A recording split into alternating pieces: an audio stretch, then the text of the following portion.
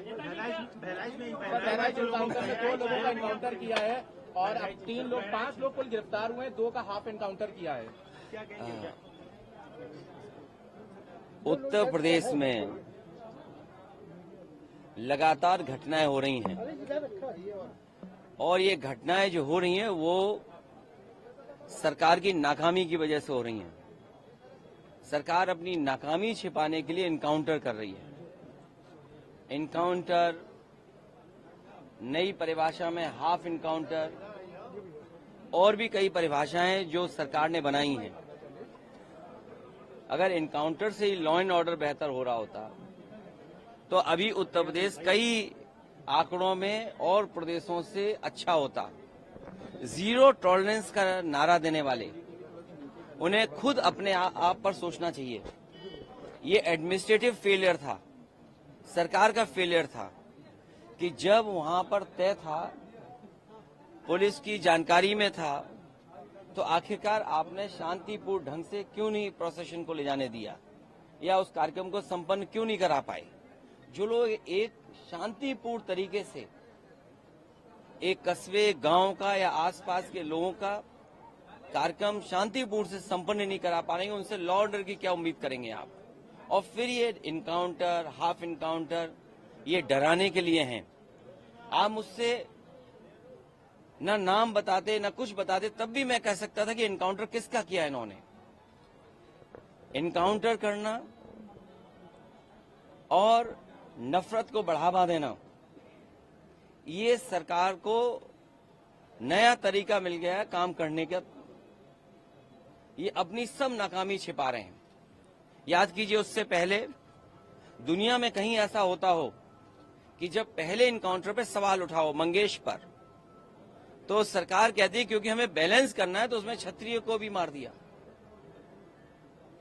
तो ये कहां का लॉ एंड ऑर्डर है, कहां की ये व्यवस्था है जहां पर आप बैलेंस करने के लिए किसी की जान ले रहे हैं।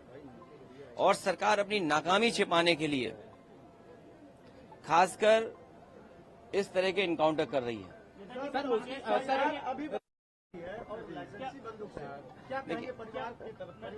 जो घटना हुई दुखद हुई, जो घटना हुई दुखद थी और ऐसी घटना समाज में न हो। जो वहां पर फेलियर था, हमारे साथी ये पूछ रहे हैं कि आप क्या करते या क्या परिवार से मिलेंगे। जो दुखी परिवार होगा उसको न्याय दिलाने के लिए हम लोग काम करेंगे। लेकिन सवाल ये वही खड़ा हो जाता है कि सरकार की नजर में भेदभाव नहीं होना चाहिए।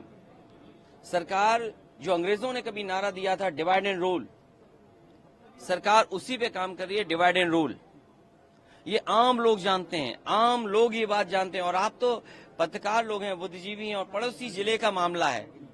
आप मुझसे बेहतर जानते होंगे कि ये घटना हुई नहीं है, घटना कराई गई है। और कराई गई के लिए दोषी कौन होगा। अगर जान गई है किसी की भी, हम दुख में शामिल हो सकते हैं, मुख्यमंत्री जी मिल सकते हैं, लेकिन कराई किसने है इस पे आप लोग बेहतर जानते होंगे। यहाँ एक कोई पत्रकार ऐसा नहीं है जो न जानता हो कि ये घटना रोकी जा सकती थी। किसी की जान नहीं जाती।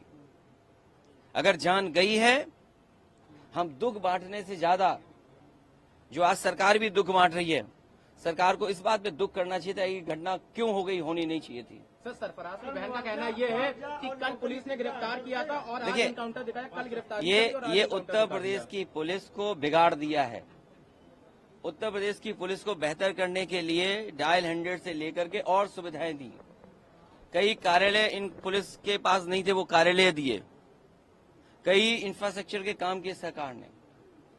लेकिन जो पुलिस का तरीका हो गया है, जब कभी भी जांच होगी, बहुत से दोषी लोगों के खिलाफ कार्रवाई होगी, जेल भी जाएंगे।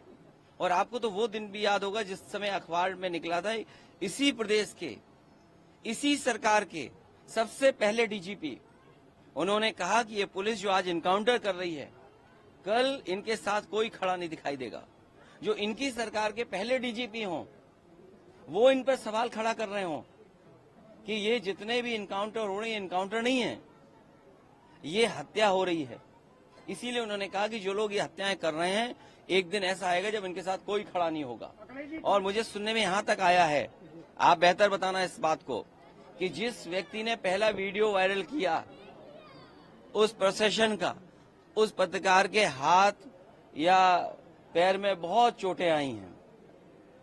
उसमें बीजेपी के लोगों ने उसे बहुत मारा है। अगर बीजेपी के लोग पत्रकार को मार रहे हैं या बीजेपी के लोग पत्रकार को जेल भिजवा रहे झूठे मुकदमे में, तो समझिए क्या छिपा रहे हैं, कुछ तो छिपा रहे हैं ना।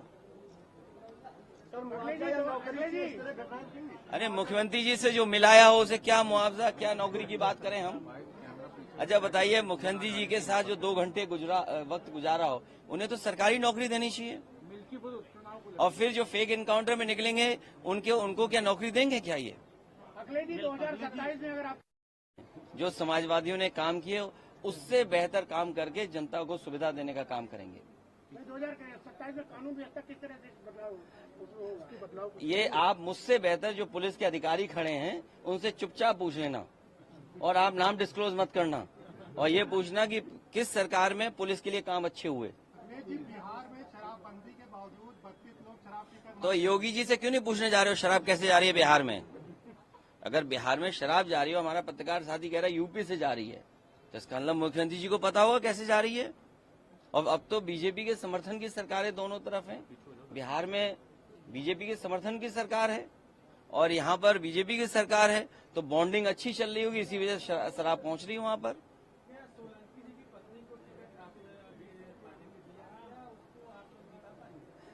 अगर आपको और कोई सुझाव देना हो तो बता दो।